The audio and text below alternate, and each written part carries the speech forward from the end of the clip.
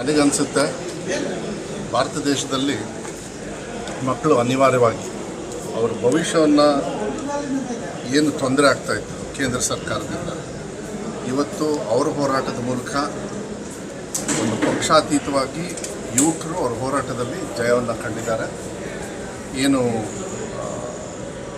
ಧರ್ಮೇಂದ್ರ ಪ್ರಧಾನ್ ಅವರು ಶಿಕ್ಷಣ ಸಚಿವರಿದ್ದಾರೆ, ಅವರು ರಿಸೈನ್ ಮಾಡಿದ್ದಾರೆ ಅಂಥೇಳಿ ಮಾಹಿತಿ ಬಂತು.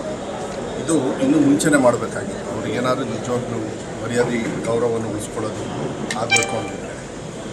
ಆದರೆ ಇವತ್ತು ಯಾರು ಈ ಹೋರಾಟಕ್ಕೆ ಇಡೀ ಭಾರತ ದೇಶದಲ್ಲಿ ಪಕ್ಷಾತೀತವಾಗಿ BJPಯವರು ಕೆಲವರು ಹೋರಾಟ ಮಾಡಿದ್ದಾರೆ, ಅವ್ರ ಮಕ್ಕಳು ಕೂಡ ಅಲ್ಲಿ ಹೋಗಿದ್ದಾರೆ, ಭಾಳ ಬೇಕಾದವರೆಲ್ಲರೂ ಕೂಡ ಹೋಗಿರೋದ್ರಿಂದ ಅವರಿಗಿದು ಜಯ ಬಂದಿದೆ. ಆದರೆ ನನಗನ್ನಿಸ್ತದೆ ಇದು ಇಲ್ಲಿಗೆ ನಿಲ್ಲಬಾರ್ದು. ಏನು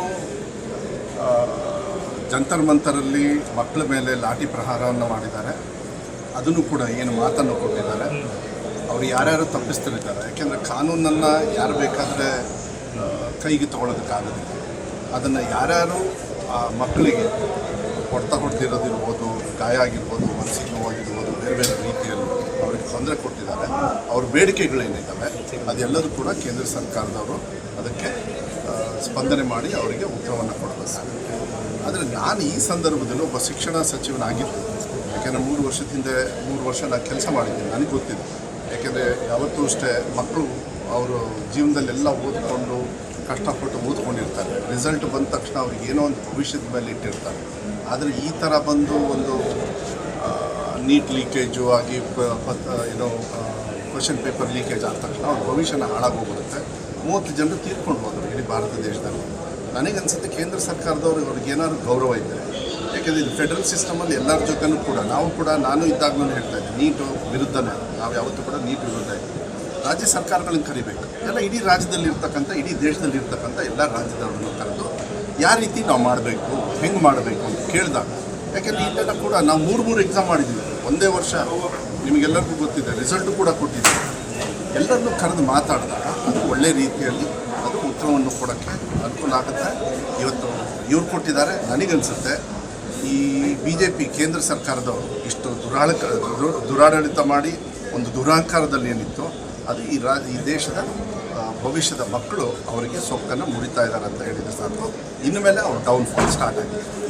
ಸರ್, ಹೋರಾಟದ ಹಾದಿಯನ್ನು ತಪ್ಪಿಸ್ತಾ ಇರಬೇಕಂತ ಏನಾಗಿತ್ತು ಬೆಂಗಳೂರಲ್ಲಿ ಪ್ರತಿಭಟನೆ ವೃತ್ತಿಪತ್ರ ಹಿಡಿಯೋದು, ಆಮೇಲೆ ಪೊಲೀಸರು ಏನು ಮಾಡ್ಕೊಂಡು ಇಲ್ಲ ಏನಾಗ್ತದೆ ಇಂಥ ಹೋರಾಟದಲ್ಲಿ ಕೆಲವು ಸತಿ ಪಾಪ ಅವರು CJP ಅವರು ಏನು ಹೋರಾಟ ಮಾಡ್ತಾಯಿದ್ರು, ನೀವು ಯಾವುದೇ ಥರದ ತೊಂದರೆ ಕೊಡಬೇಡಿ, ಈಗ ನಿಮಗೂ ಅಷ್ಟೇ ಮೇನ್ ಸ್ಟ್ರೀಮ್ ನೀವೆಲ್ಲರೂ ಹೋದಾಗ ಕೆಲವರು ನಿಮ್ಮ ವಿರುದ್ಧ ಎಲ್ಲ ಘೋಷಣೆ ಹೋಗಿ ನಿಮಗೆಲ್ಲ ಆಚೆ ಹಾಕಿದ್ದು, ಇದೆಲ್ಲದೂ ಕೂಡ ಆಗಬಾರ್ದು ಪ್ರಜಾಪ್ರಭುತ್ವದಲ್ಲಿ.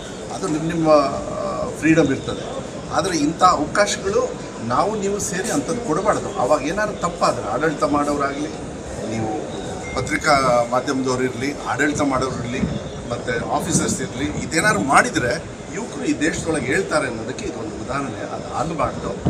ಹಾದಿ ತಪ್ಪಿಸ್ತಕ್ಕಂಥದ್ದನ್ನು ಮಾಡಿದರು. ಮೊನ್ನೆ ಎಲ್ಲ ನಾವು ನೋಡಿದಾಗ ಅವರು ಲಾರಿಯಲ್ಲಿ ಕಲ್ಲಿಟ್ಟಿರೋದು ಮತ್ತು ಅವ್ರ ಗಾಡಿ ಹಾಳಾಗಿರೋದಂತಂದು ಹಿಂದಿಲ್ಲ. ಬಟ್ ನನಗನ್ಸುತ್ತೆ ಈ ದೇಶದ ಯುವಕರು ಭಾಳ ಬುದ್ಧಿವಂತರಿದ್ದಾರೆ. ಯಾವ ರೀತಿ ಅವ್ರಿಗೆ ಪಾಠವನ್ನು ಕಲಿಸ್ಬೇಕು ಅವ್ರು ಕಲಿಸ್ತಾರೆ. ಆದರೆ ಇನ್ನೂ ಕೂಡ ಬರೀ ಇದೊಂದೇ ಇಲಾಖೆ ಅಲ್ಲ, ಯಾವ ಇಲಾಖೆಯಲ್ಲಿ ಇವರು ದುರಹಂಕಾರವನ್ನು ತೋರಿಸ್ತಾ ಇದ್ದಾರೆ.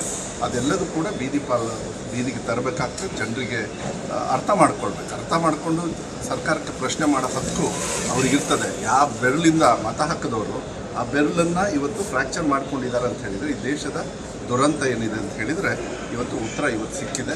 ಈ ಯುವಕರಿಗೆ ಹೋರಾಟ ಆಗಿದೆ. ದೇವರು ಒಳ್ಳೆಯದಾಗಲಿ, ಈ ದೇಶಕ್ಕೂ